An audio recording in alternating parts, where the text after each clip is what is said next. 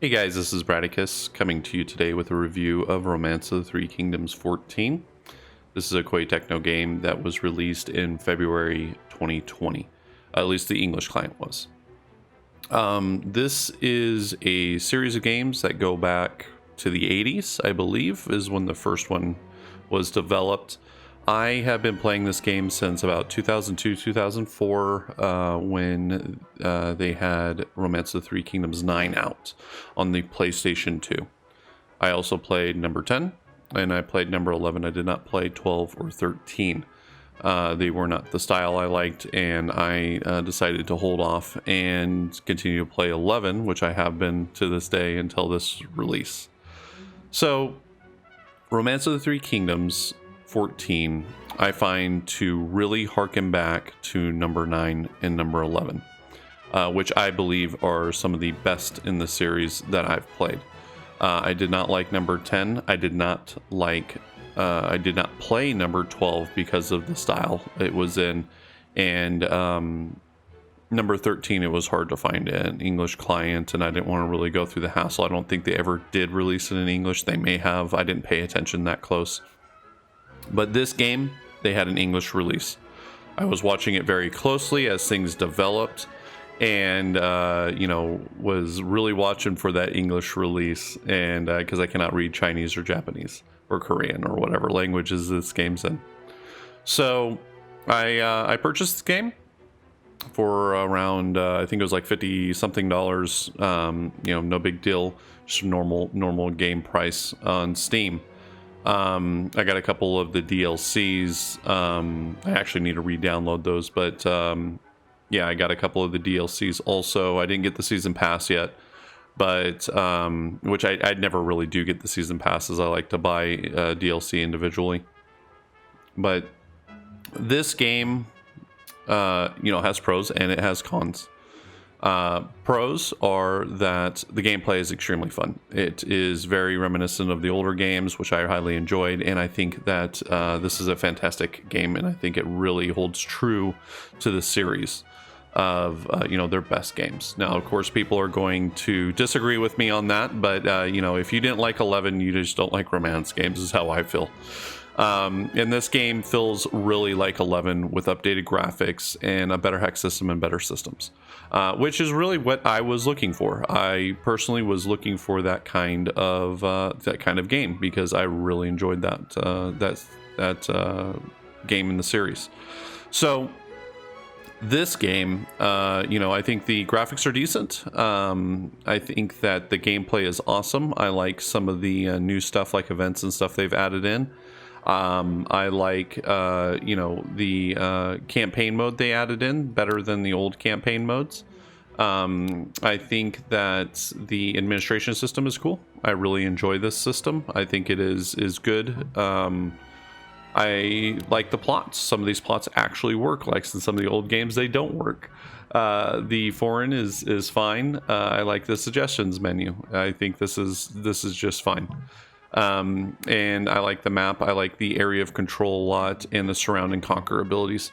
And I think it gives it a nice tactical aspect to the game. I like the hex system they have developed instead of this old square system they used to have in some of the older games. And so I've spent a lot of time in this game, and I've felt like I've gotten definitely my money's worth so far. So that's definitely the pros. The cons is the graphics could be just a touch better. I'm not huge into graphics. I like gameplay better. I'll play a game that has horrible graphics, but the gameplay is awesome. But they could be a little better. There's some errors, there's some flaws. Like you can see up here, they didn't finish a portion of the map or something like that. They just kind of left it there, which was, it's kind of annoying to me, that they left this like it looks like the hexes were supposed to go up that far, but they don't. So they could have done a better job. Here's another example. Right here on the water, you can see where there were hexes at some point, or they were thinking about putting hexes there. But it's like, yeah, go ahead and guys, delete that out of the game. You're making it look a little trashy. Another con is some of the menus. There are menus like the learn menu. This is very tedious. You have to go through and choose somebody, teach them something. We'll just teach them volley. I'm not going to save this game, so whatever. And then you have to go back in. You have to research that person and teach them another tactic. And if you're really looking for somebody down the list and you're teaching them multiple tactics, it's quite annoying. Some other cons are there are some technical problems with the game. I found a fix for mine, but I'm sure there are plenty of people out there that are still having issues, specifically with the English client. Koei needs to pay attention to their English base.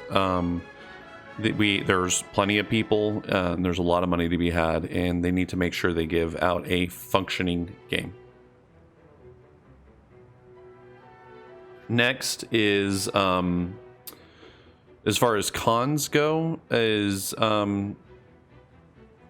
really snowball effect. Once you get to a certain size, like the size that this army is at, I'm playing as Tao Tao on the Anti-Dongzhuo Coalition, and I am unbeatable now. Once you hit this point, nobody's going to stop you from doing what you're doing. Even though it looks like there's a lot of people on this map, they're not going to stop me from winning the game. So, I wish they would, increase the difficulty level a little bit, halt that snowball effect, make it so the end game is a little more difficult.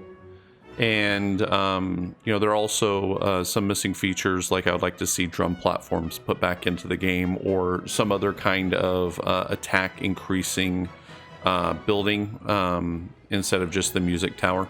A little more variety on that end would be nice. But, overall, I think it's a great game. Was it worth the money? Yes, it was worth the money. I have invested a lot of hours into this game. I will continue to play this game. I will be playing it for a long time in the future. I imagine years, because that's how much I like these games. I like the historical aspect to them.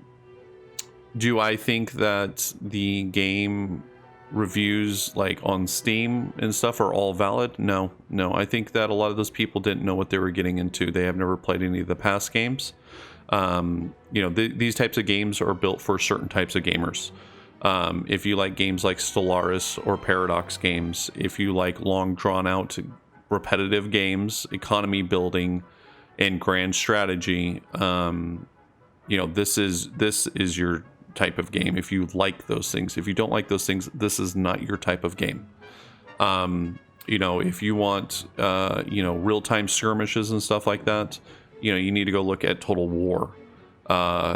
But if you want something that you can sit down, think, consider, review, take your time with, this is your type of game. These games are going to go on for a single map for hours and hours. It's 5, 6, 7 hours, sometimes more, depending on the map you're playing on.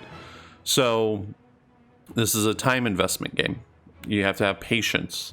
You have to think and stuff like that. So once you get to the end game, the thinking's kind of lower. But once you're, specifically in the beginning of the game, you have to sit and think about what you're doing, try different things. You're going to lose sometimes. But so that is my review of this game. I don't think it is a bad game like everybody says. I think it is a great game. I think there's plenty of people out there who think this is a great game, and I think you should purchase it and give it a try if you like some strategy in your life. All right, guys, go ahead and like and subscribe. Let us know how you feel down in the comments, and you guys all have a wonderful day. Thank you.